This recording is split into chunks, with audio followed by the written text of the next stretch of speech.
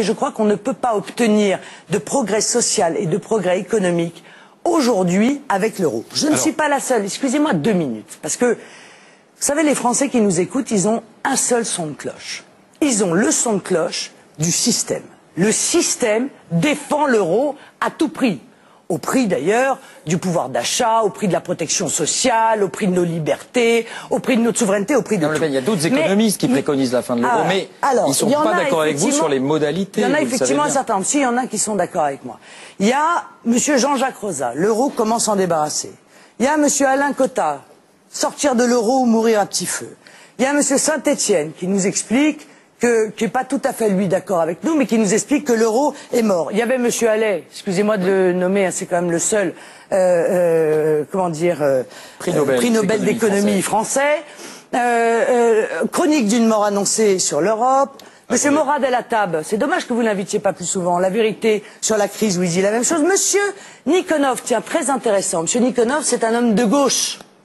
C'est l'ancien président d'Attac. Vous voyez?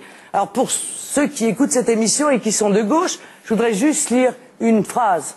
Sortir de l'euro n'est pas un but en soi et ne réglera pas par miracle tous les problèmes économiques et sociaux des pays qui en font partie.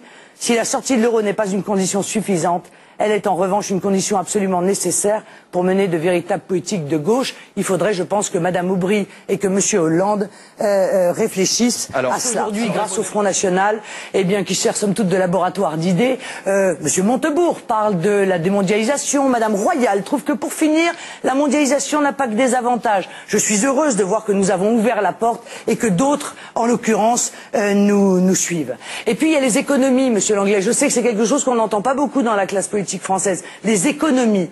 On va faire des économies notamment sur l'immigration qui coûte 60 milliards d'euros par an. Nous allons faire des économies... C'est un chiffre très controversé. Il y a des rapports qui vous disent exactement le contraire, Madame Le Pen. Oui, les rapports que vous prenez... Ah bon? Il y a des rapports. Oui, il y en a c'est plusieurs. Pas très précis ce que vous dites. Vous citez notamment un rapport qui date de 1990. Ah bah ça doit être pire depuis alors. Écoutez, il a au moins 25 ans. Ah bah alors raison de plus. Alors, on peut au moins rajouter 20 ou 30%. Pour le coup, simplement, il y a d'autres rapports. La réalité, c'est mieux. La Cour des comptes a évoqué une dérive de la décentralisation et je partage son analyse. À l'époque, c'était M. Seguin. Cette décentralisation, elle coûte 4 milliards d'euros par an. La fraude sociale, on l'a appris ces jours-ci, coûte entre 15 et 20 milliards d'euros par an. L'insécurité coûte 115 milliards d'euros par an. Vous voyez, l'Union européenne nous coûte net 7 milliards d'euros par an. Vous voyez qu'il y a des économies à faire. Mais il y a surtout, Monsieur Langlais, parce que vous êtes un économiste, il y a un cercle vertueux de l'économie qui fait que lorsque l'on recrée l'emploi, on fait baisser les charges qui pèsent sur l'État et évidemment on augmente les recettes que l'État peut percevoir. La politique, Monsieur Langlais, c'est un choix. Ce sont des choix. Monsieur Sarkozy, il a fait le choix d'aider les plus riches. Il a fait le choix d'aider les entreprises du CAC 40. Monsieur Copé a fait une niche pour les entreprises du CAC 40 qui a coûté en 2008-2009 20 milliards d'euros. Vous vous rendez compte ce qu'on finance avec 20 milliards d'euros? Eh bien, c'est un choix.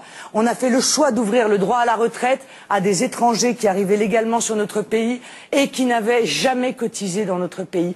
Je dis, moi, je ferai des choix et j'assumerai ces choix politiques. Et lorsque ces choix, monsieur, viseront à des orientations qui me paraissent essentielles à l'avenir des Français, je leur demanderai leur avis par référendum, parce que je crois qu'il faut rendre la parole au peuple, qu'on ne l'écoute plus, qu'on ne l'entend plus et que ça ne peut plus durer.